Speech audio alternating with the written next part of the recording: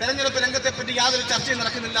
എല്ലാ രാഷ്ട്രീയ പാർട്ടികളും മത്സരിക്കുകയും തെരഞ്ഞെടുക്കപ്പെടുകയും നിയമസഭയിലെത്തുകയും പാർലമെന്റിൽ ചെയ്യുമ്പോൾ ആ തെരഞ്ഞെടുപ്പ് സംവിധാനത്തിന്റെ ന്യൂനത എന്തുകൊണ്ട് ചർച്ച ചെയ്യപ്പെട്ടില്ല? ആ തെരഞ്ഞെടുപ്പ് സംവിധാനത്തിന്റെ ന്യൂനത മനസ്സിലാക്കി അതിൻ്റെ അശാസ്ത്രീയതയും അല്ലെങ്കിൽ അതിൻ്റെ പങ്കാളിത്തമില്ലാതെയും ആദ്യമായി മനസ്സിലാക്കി അതിനെ സമഗ്രമായ പരിഷ്കരണം ആവശ്യപ്പെട്ട പാർട്ടിയാണ് അംബേദ്കർ പാർട്ടി. നമുക്കറിയാം 1990-കൾ മുതൽ തെരഞ്ഞെടുപ്പ് രംഗം പരിഷ്കരിക്കപ്പെടേണ്ട ആവശ്യകതയെപ്പറ്റി ഇന്ത്യൻ നിയമ കമ്മീഷനും അതുപോലെ തന്നെ മറ്റ് സർക്കാർ ഏജൻസികളും അതുപോലെ തന്നെ 1990-ലും 93-ലും 98-ലും നിരവധി കമ്മീഷനുകളെ വെച്ചിട്ടുണ്ട്. Indrajit Gupta commission, Vohra commission report എന്താണ്?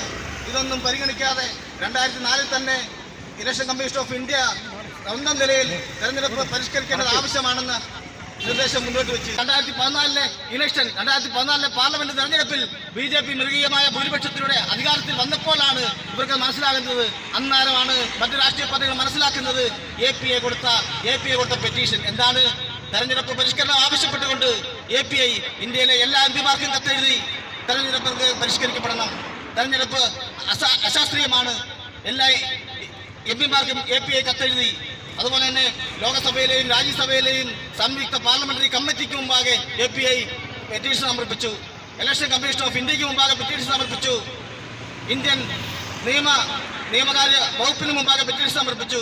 പക്ഷേ ഈ പെറ്റീഷനിലും ചർച്ച ചെയ്യപ്പെടുന്നത് 2014-ലെ പാർലമെന്റ് തെരഞ്ഞെടുപ്പിലെ ഫലത്തിന് ശേഷമാണ്. അവർ അപ്പോഴും അന്ന് നിലവിലുള്ള രാഷ്ട്രീയ പാർട്ടികൾ മുന്നോട്ട് വെക്കുന്നത് ഇലക്ട്രോണിക് വോട്ടിംഗ് മെഷീന്റെ തകരാറാണ് എന്നാണ്. പ്രിയമുള്ളവരെ, നമ്മൾ മനസ്സിലാക്കണം, നമ്മുടെ തെരഞ്ഞെടുപ്പ് രീതിയുടെ അല്ലെങ്കിൽ തെരഞ്ഞെടുപ്പ് നിയമത്തിന്റെ തെരഞ്ഞെടുപ്പ് പ്രോസസ്സിന്റെ അതിന്റെ ഫലത്തിന്റെ ഒരു പ്രത്യേകതയാണ് electronic voting machine. Electronic voting machine മാറ്റുന്നതിലൂടെ നമ്മുടെ രാജ്യത്തിന്റെ ജനാധിപത്യ പ്രശ്നങ്ങൾ അല്ലെങ്കിൽ പ്രാതിനിധ്യ ജനാധിപത്യം ഒരിക്കലും സഫലമാകില്ല.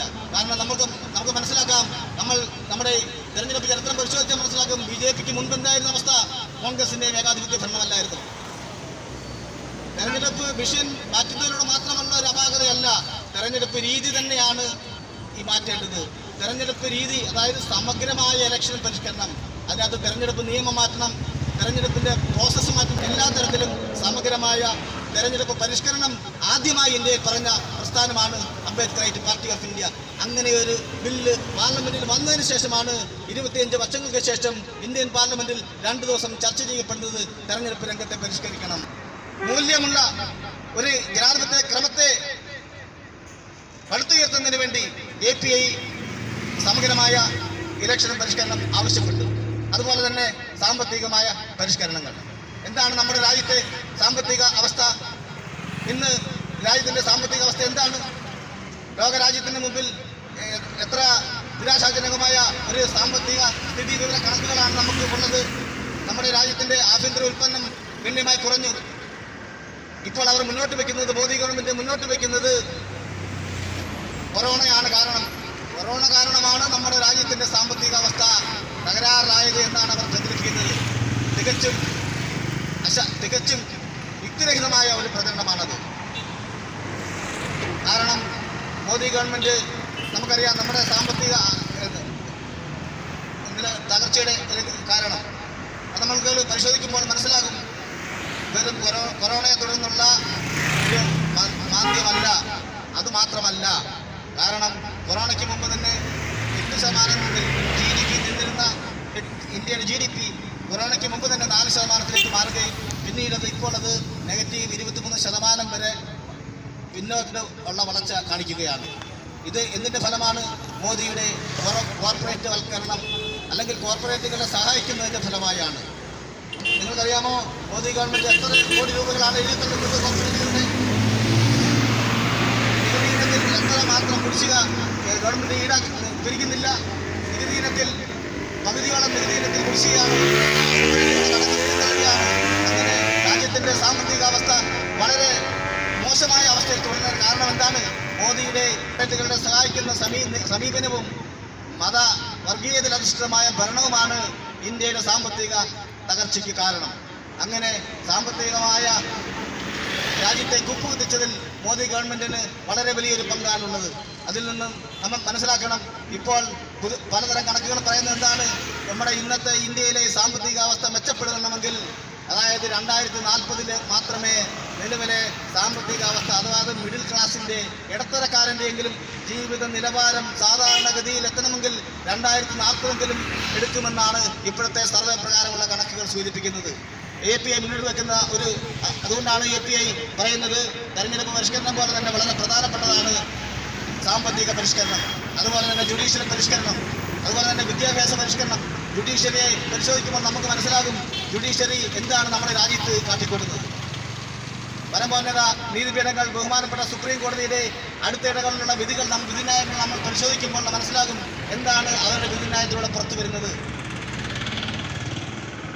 ഭരണഘടനയെ സംരക്ഷിക്കേണ്ട, ഭരണഘടനയുടെ നടത്തിപ്പിൽ കൃത്യമായി വ്യാഖ്യാനിക്കപ്പെടേണ്ട കോടതികൾ, നീതിന്യായ വ്യവസ്ഥകൾ ഭരണഘടന മുന്നോട്ട് വെക്കുന്ന ആ തത്വത്തിന് വിരുദ്ധമായ വിധിന്യായങ്ങൾ പുറപ്പെടുവിക്കുമ്പോൾ നമ്മൾ പരിശോധിക്കണം എന്തുകൊണ്ട് ഇങ്ങനെ സംഭവിക്കുന്നു. കാരണം ഭരണഘടനാപരമായ ഒരു സ്ഥാപനമാണ് സുപ്രീം കോടതി. സുപ്രീം കോടതി എന്ന് പറയുന്നത് ഒരിക്കലും സുപ്രീം അല്ല. സുപ്രീം കോടതി പദത്തിൽ മാത്രമാണ് സുപ്രീം. രാജ്യത്തെ സംബന്ധിച്ച്, രാജ്യത്തെ ജനങ്ങളെ സംബന്ധിച്ച് സുപ്രീം എന്ന് പറയുന്നത് സുപ്രീം കോടതിയല്ല, ഇന്ത്യൻ ഭരണഘടന തന്നെയാണ്. ഭരണഘടനയാണ് പ്രധാനം, പരമപ്രധാനം ഭരണഘടനയാണ് ജനാധിപത്യ രാജ്യത്ത്. ആ ഭരണഘടനാപരമായ ഒരു സ്ഥാപനം മാത്രമാണ് ജുഡീഷ്യറി. അതെന്തുകൊണ്ട് അധികമായ അധികാരങ്ങൾ കൈക്കലാക്കി ഭരണഘടനയുടെ തത്വങ്ങൾക്ക് വിരുദ്ധമായ നിലപാടുകൾ സ്വീകരിക്കുന്ന വിധിന്യായങ്ങൾ ഉണ്ടാകുന്നു? അങ്ങനെ ചർച്ച ചെയ്യപ്പെടുമ്പോൾ നമുക്ക് മനസ്സിലാകും ജുഡീഷ്യറിയുടെ പരിഷ്കരണം അടിയന്തരമാണ്, ജുഡീഷ്യറിയുടെ പരിഷ്കരണം അത്യാവശ്യമാണ്. ഭരണഘടനാപരമായ ഒരു സ്ഥാപനം, നിയമനിർമ്മാണ സഭയും ജുഡീഷ്യറിയും, ഇത് മൂന്നുമാണ് നമ്മുടെ ഭരണഘടനാപരമായ സ്ഥാപനങ്ങൾ. ഇതിൻ്റെ നല്ല നടത്തിപ്പിന്, ഇതിൻ്റെ അല്ലെങ്കിൽ ഭരണഘടനാപരമായ ആ വ്യാഖ്യാനമാണ് ജുഡീഷ്യറിയുടെ ജോലി. ഭരണഘടനയ്ക്ക് ഉതകുന്ന തരത്തിലാണോ എന്ന് നോക്കുകയാണ്, അതിനെ വ്യാഖ്യാനിക്കുകയാണ് ജുഡീഷ്യറി ചെയ്യുന്നത്. വ്യാഖ്യാനം ഭരണഘടനയുടെ തത്വങ്ങൾക്ക് അനുസരിച്ചായിരിക്കണം.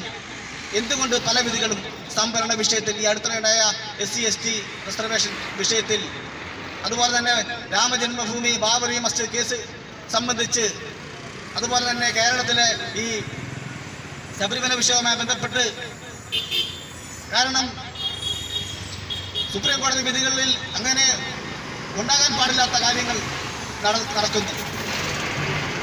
അതുകൊണ്ട് ജുഡീഷ്യറിയുടെ പരിഷ്കരണം വളരെ അത്യാവശ്യമായി നടപ്പാക്കേണ്ട ഒരു കാര്യമാണ്.